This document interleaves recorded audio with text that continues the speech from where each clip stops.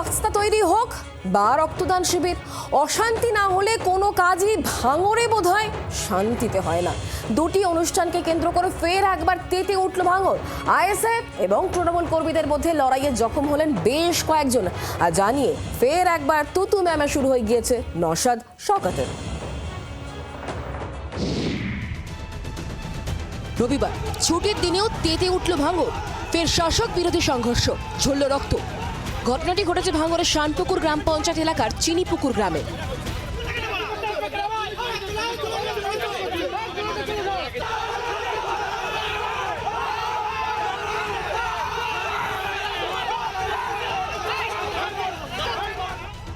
তৃণমূলের অভিযোগ, গ্রামে একটি রাস্তার উদ্বোধন ছিল, সেই অনুষ্ঠান বাতিল করার জন্য আইএসএফ বাইরে থেকে লোক এনে তৃণমূল কর্মীদের ওপরে চড়াও হয়।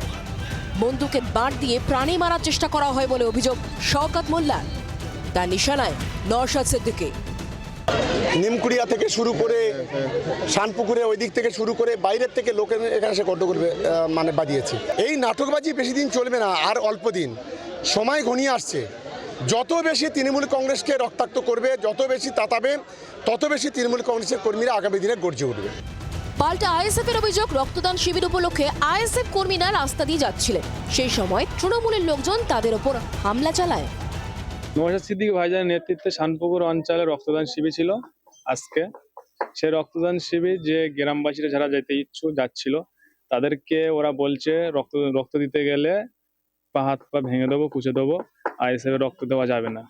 তাতে আমাদের কাছে ফোন করে বলে গ্রামবাসীরা, আমরা টোটো নিয়ে যাই, সেখানে গিয়ে তাদেরকে ঘটনাস্থলে রক্তদান শিবিরে পৌঁছে দিয়ে যাচ্ছিলাম।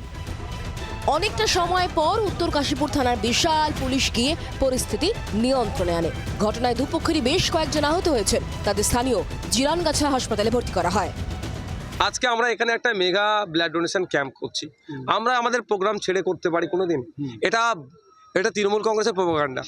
আমরা এখানে প্রোগ্রাম করছি, এটাকে বুলন্ডিত করার জন্য অনেক চেষ্টা করেছে, পারেনি। পরবর্তীতে তারা ওখানে প্রোগ্রাম করে ওখান থেকে আমাদের ডোনারদের নিয়ে আসছিল।